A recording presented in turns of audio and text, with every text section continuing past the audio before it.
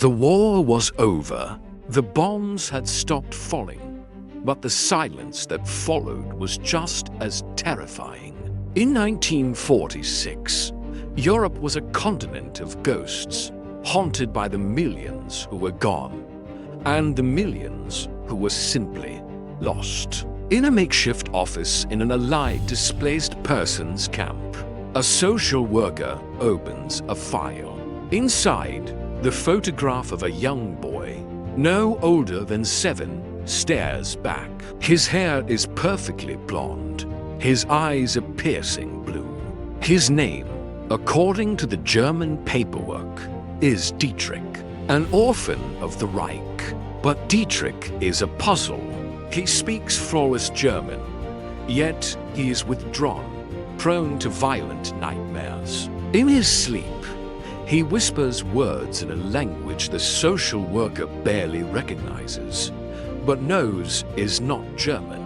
It is Polish. The files say he is a German orphan. His features match the twisted ideal of a dying empire, but his soul tells a different story. He is a ghost in his own life, a child with 2 pasts and no future.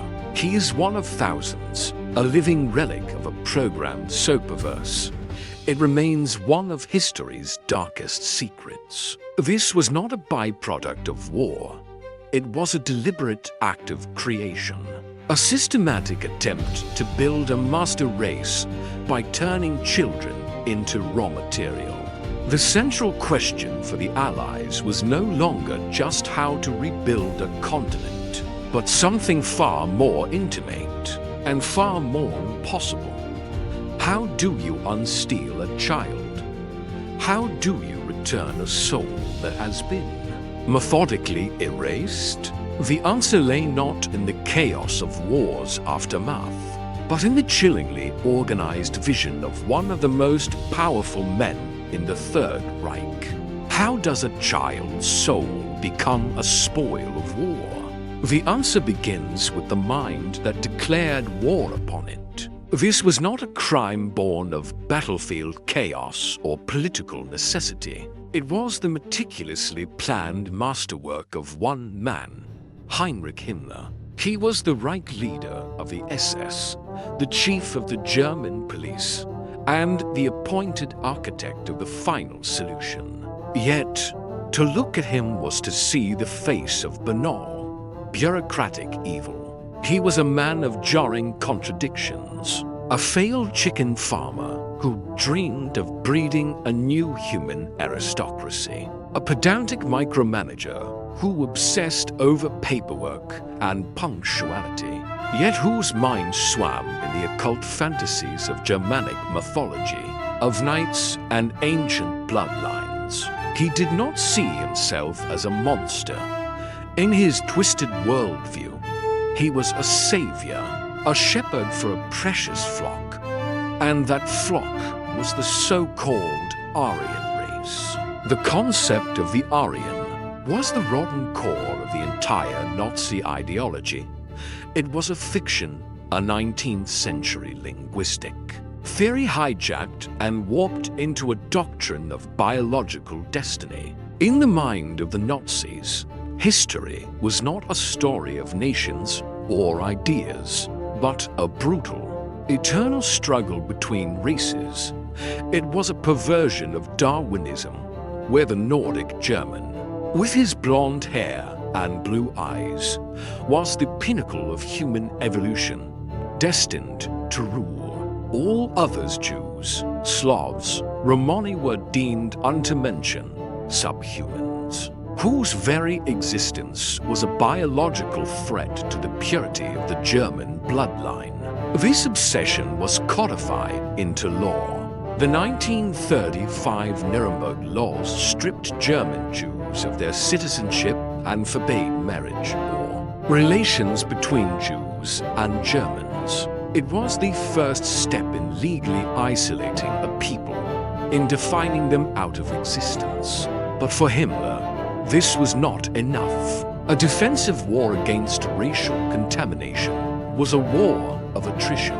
To truly build his 1,000-year Reich, he needed to go on the offensive. He needed to create more Aryans, and he believed he was running out of time. By the 1930s, Germany was facing a demographic crisis. The birth rate had plummeted.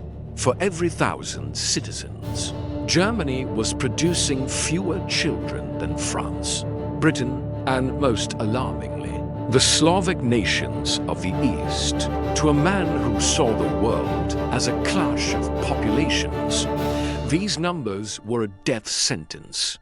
He saw his master race being slowly swamped in a tide of what he considered inferior peoples. Himmler wrote with chilling urgency that if this trend continued, the German people were on a path to mathematical extinction.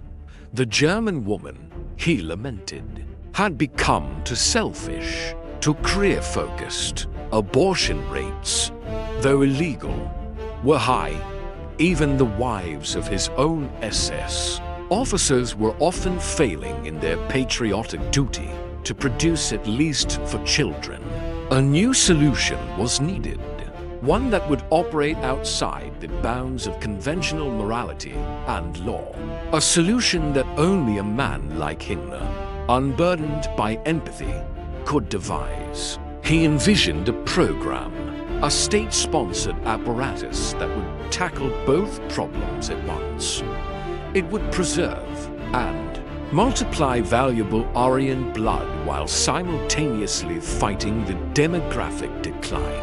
It would be an organization dedicated to the harvest and cultivation of racially pure children, an SS-controlled pipeline of human life.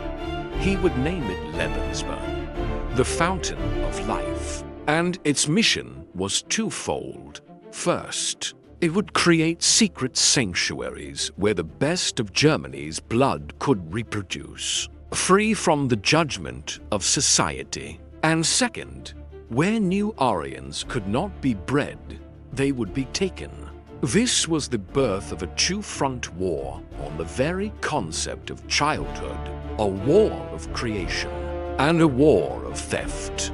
Heinrich Himmler's war on childhood would be fought on two fronts, each employing a different strategy, but united by the same monstrous goal. The first front was one of seduction and secrecy. It began in 1936 in the quiet village of Steinhering, just outside Munich. Here, the SS established the first official Lebensborn home. From the outside, these fountains of life looked like luxury maternity clinics for the Nazi elite. The conditions were impeccable, a stark contrast to the shortages and grim realities facing ordinary Germans.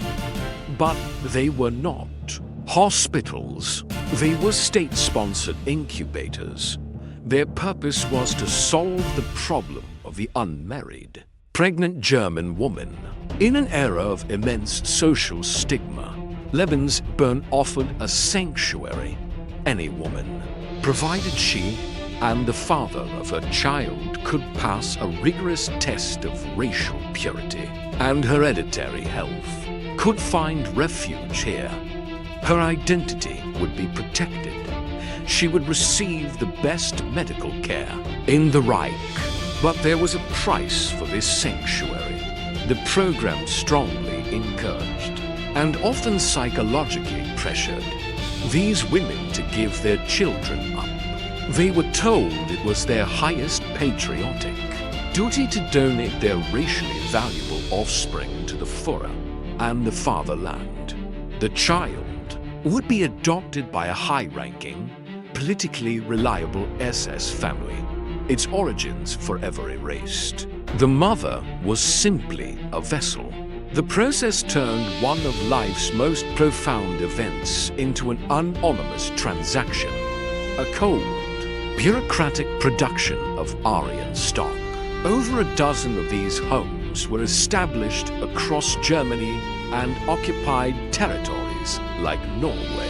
a nation Himmler prized for its Viking heritage, they produced an estimated 8 to 10,000 children for the Reich. But as Germany's armies smashed their way into Poland in 1939 and later pushed deep into the Soviet Union, this breeding program proved far too slow. Himmler's 1,000-year Reich needed more good blood, and it needed it now. The war of creation was not enough. The time had come to launch the second front, the war of theft. This was the Great Kidnapping. As the Wehrmacht advanced, they were followed by special SS units and racial experts. Their mission was to scan the conquered populations, the orphanages, the schools, the village squares for children who possessed the desired Aryan features: blonde hair, blue or gray eyes, fair skin. These features, in the eyes of the SS, were proof of latent German blood, lost to foreign lands through the centuries. The process was systematic and terrifyingly simple. A child could be playing outside their home in Czechoslovakia or walking to school in Yugoslavia and be snatched by the authorities. Parents who protested were powerless. A Polish mother had no recourse against an officer who claimed her child was now the property of the German state. The Nazis spun a perverse justification for this cruelty, claiming it was not theft, but a repatriation. They were, in their view, rescuing German blood from racial pollution, bringing these lost children home. The scale was staggering. It is estimated that in Poland alone, as many as 200,000 children were abducted. Tens of thousands more were taken from across Eastern and Western Europe. These were not just orphans of war. The vast majority had parents who were very much alive. A special classification, Heuaktion or Heuaktion, was later created specifically to seize tens of thousands of Polish children, deemed a future threat, under the pretense of preventing them from growing into partisans. The breeding program in the quiet German villas and the brutal kidnappings on the Eastern Front were two sides of the same monstrous coin, a belief that children were not individuals, but a resource. If they could not be bred, they would be harvested. Once a child was selected, they were sent to a processing camp. They were now inside the machine, and the first step was to destroy everything they had ever been. Once a child was selected, they entered the machine. Their destination was one of several specially designated Lebensborn homes or transit camps, facilities that served as factories for the Germanization of stolen souls. This was not a process of education. It was a systematic, psychological dismantling of a human being. It was an exorcism of the soul, and it followed a brutally effective protocol. The first stage was observation. Upon arrival, the children were stripped of their clothes and possessions, their toys, their books. The last photograph of their mother, all of it was taken and, in most cases, burned before their eyes. This was the first lesson. Your past is gone.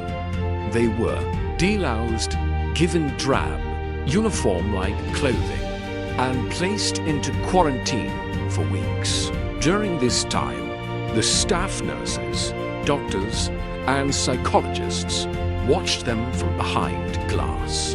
They took meticulous notes on their posture, their temperament, their intelligence, their defiance. They were no longer children. They were specimens. The second stage was the erasure of identity.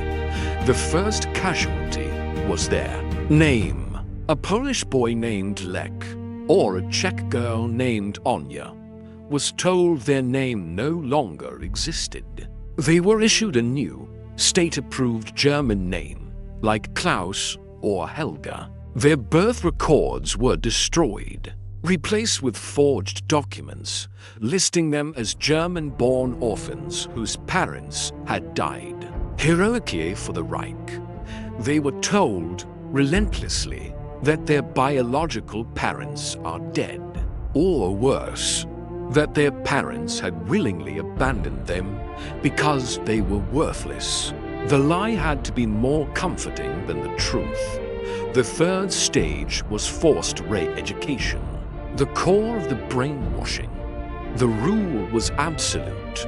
The speaking of any language other than German was strictly forbidden.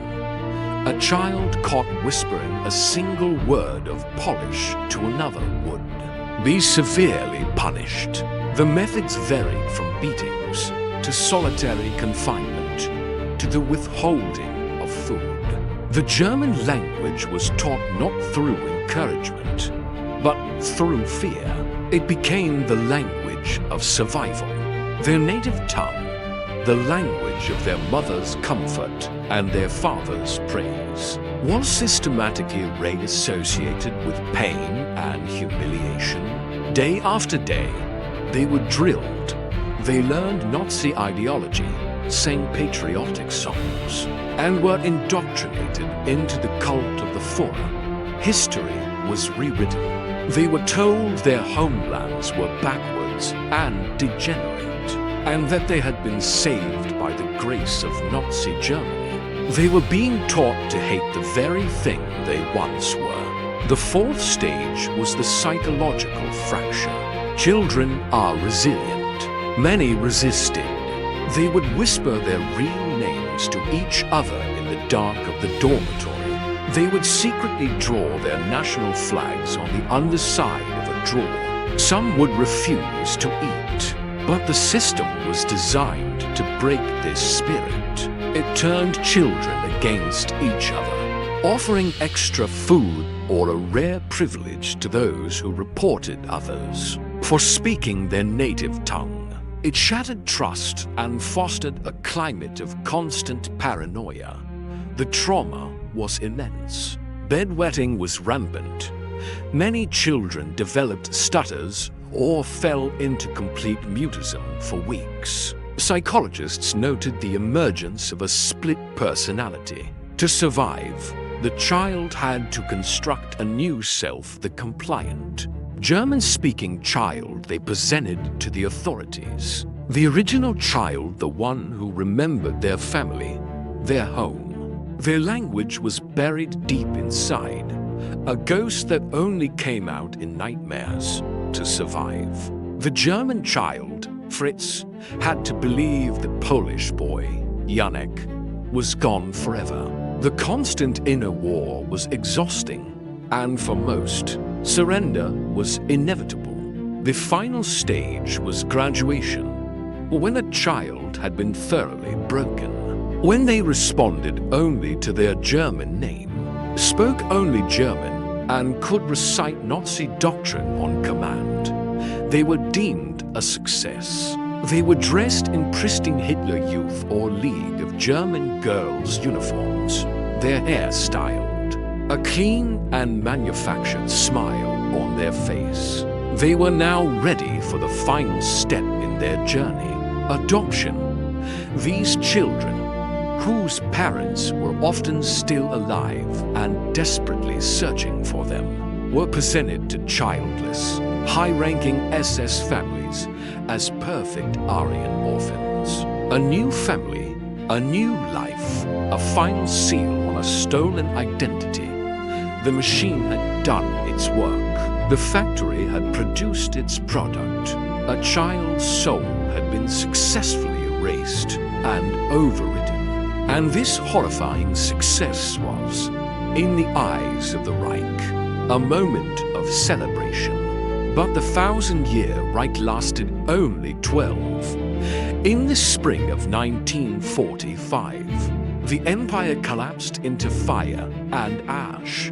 Heinrich Himmler, the architect of this madness, would be captured by the Allies and would take his own life by cyanide capsule, a coward's exit from the world he tried to remake. In his own image, his dream was dead, but the nightmare he had created for tens of thousands of children was just beginning.